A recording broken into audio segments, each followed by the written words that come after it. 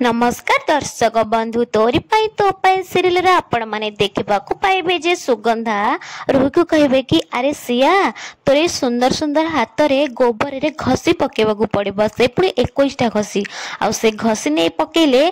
कुलदेवी मंदिर होमकुंड यज्ञ निआरे से घसे को पकेबा पड़ो। रूही कह कौन मु सब करी कामिनी कहे कि जदि तू चाहूचु तो बाहाघर राम सहित भलरे भलरे हो ताहले तते घसी पकेबा पड़ो।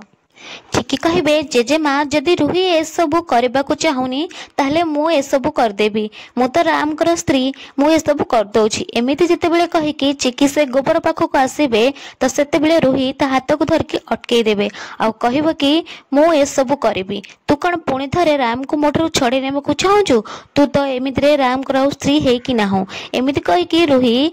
से गोबर बाल्टी को नेकी घसी पकेबा को लागिबे आ समस्त अन्य माने रूही को देखिकी हसुथिबे।